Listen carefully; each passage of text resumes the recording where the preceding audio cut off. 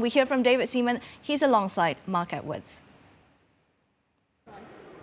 Hello and welcome to the 190th North London Derby, one of football's greatest rivalries. Two teams seemingly in transition with misfiring star strikers, but they won't care a jot about that. 60,000 fans packing in to the Emirates today. Now, after their worst start to a Premier League campaign in their history, Arsenal bouncing back with back-to-back victories. On the other side, Tottenham Hotspur sitting pretty at the top of the EPL going into September. Well, they've now suffered consecutive 3-0 defeats, so that leaves everything deliciously and delicately poised. I'm delighted to be joined by England and Arsenal legendary goalkeeper David Seaman. Hello, David. Hello. And we might as well start with a goalkeeping question here at the Emirates. Which side of the fence do you fall on when it comes to the old Aaron Ramsdale versus Bernd Leno debate? Well, if I was Leno, I'd be disappointed, because he hasn't really done a lot wrong. But now Ramsdale's been given his chance, and he will keep the gloves now until something bad happens. Hopefully it's not today. If he makes a mistake, then. But for me, it's healthy competition between the goalkeepers. Aaron knows that if he's not up to scratch, then Leno will just come straight back in. And it's always good if you have two quality goalkeepers. It brings the best out of you. From your perspective, anyone that you think is perhaps more suited to the Arsenal game?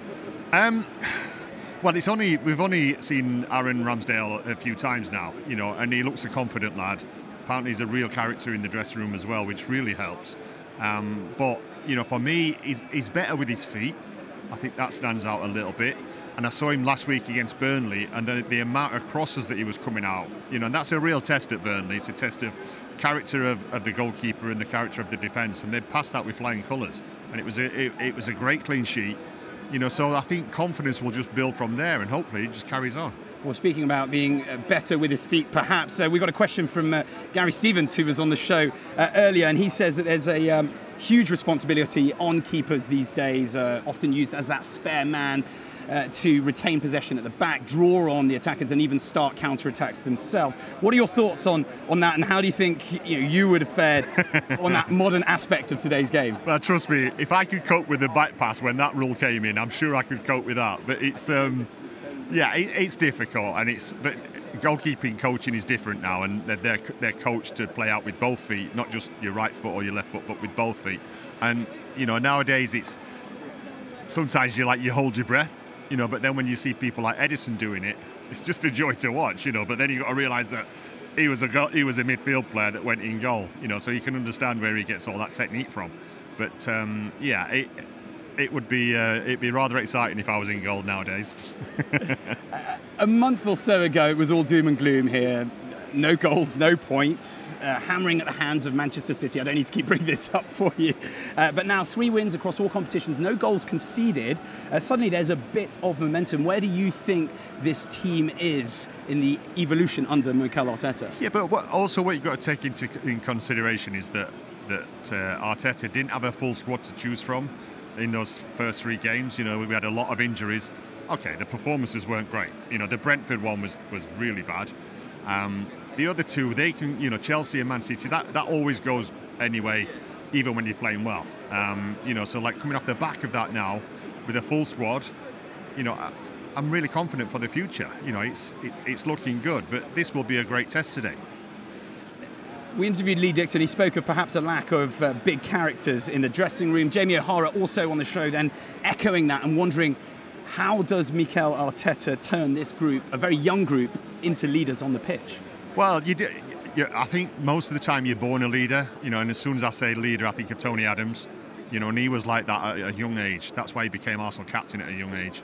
And, but other than that, you become a leader through experience, and we've got a really young squad at the moment, but victories give confidence, and then confidence leads to people expressing themselves, and then they become leaders in themselves. So we've got hopefully a few wins to come, and then we might see some leaders on the pitch. Is Arteta the right man for you to lead this Arsenal revolution? He definitely is. He's been given the backing of the board now. They've given him £150 million to spend.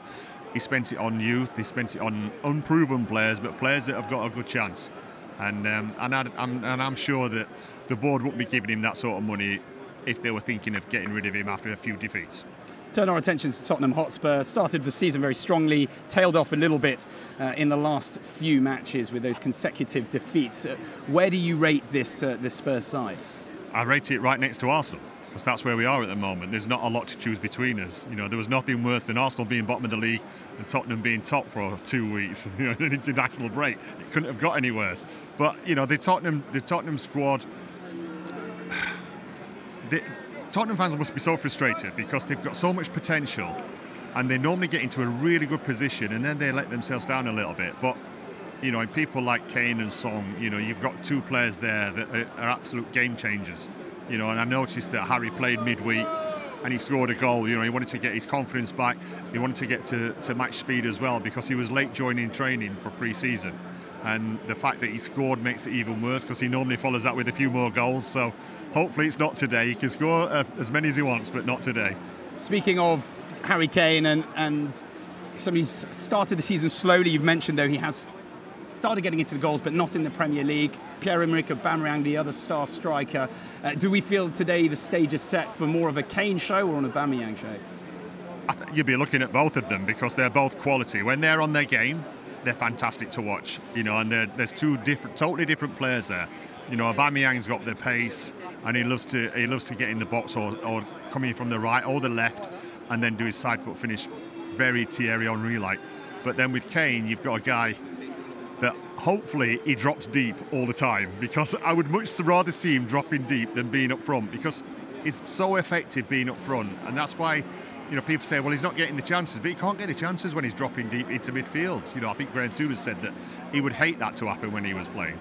Finally, David, Arsenal, fearsome home record that you've also been a part of against Spurs. I mean, they've just lost one of their last 28 home league games against their North London rivals. Can I get a quick prediction from you for today? Yeah, well, please let it be 29, and I'm going to go for 2-1, but I would take 10-9 to Arsenal if I'm honest. It's all about winning.